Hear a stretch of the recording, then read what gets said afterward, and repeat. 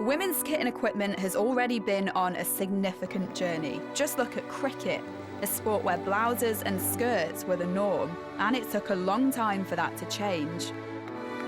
Look at this. I mean, it's tiny.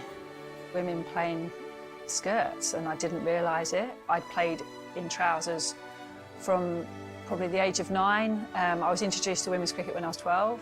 I just remember looking at my parents going, I've got to wear that, and they said, yeah. And then I just realised how unpractical it was, and it particularly wasn't that comfortable, and you wanted to dive around. I used to have the worst grass burns on my legs from playing. This was part and parcel of playing, and the long white socks as well. And the story about these skirts was you could only get them from a certain supplier. They cost a fortune, and you had to have them all specially made. You had to give all your sizes in. Did you have to pay for it? Yeah. And this is my England blazer. On arrival to play for England, my dad had a checkbook and he bought this for me. This time she's got it. That's a fantastic effort by this young lady. A real find for England, Charlotte Edwards.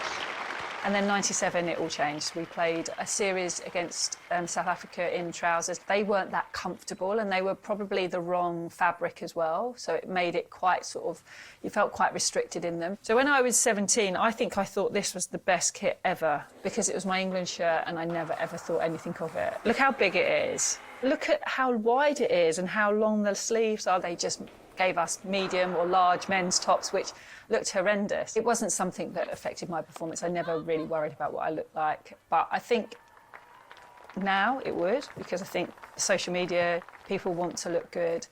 And I do think it would have a massive impact if I was in this era of player. In women's sport in the past few years, we see people talking about it being a lower standard and very different to men's sport. How much of that do you think would be different if actually for the past 50, 60 years we'd had equipment that was made for us and not just for men? I guess there is a little bit of you who thinks, but if this investment would have been made earlier in every aspect, whether it be professionalism in terms of the players being played, the equipment, just everything would have made such a big difference, but it hasn't been like that. And I guess for players and people like myself, you can't dwell too much on that. I guess all we can now is try and influence the future of the sport and not let that be a barrier.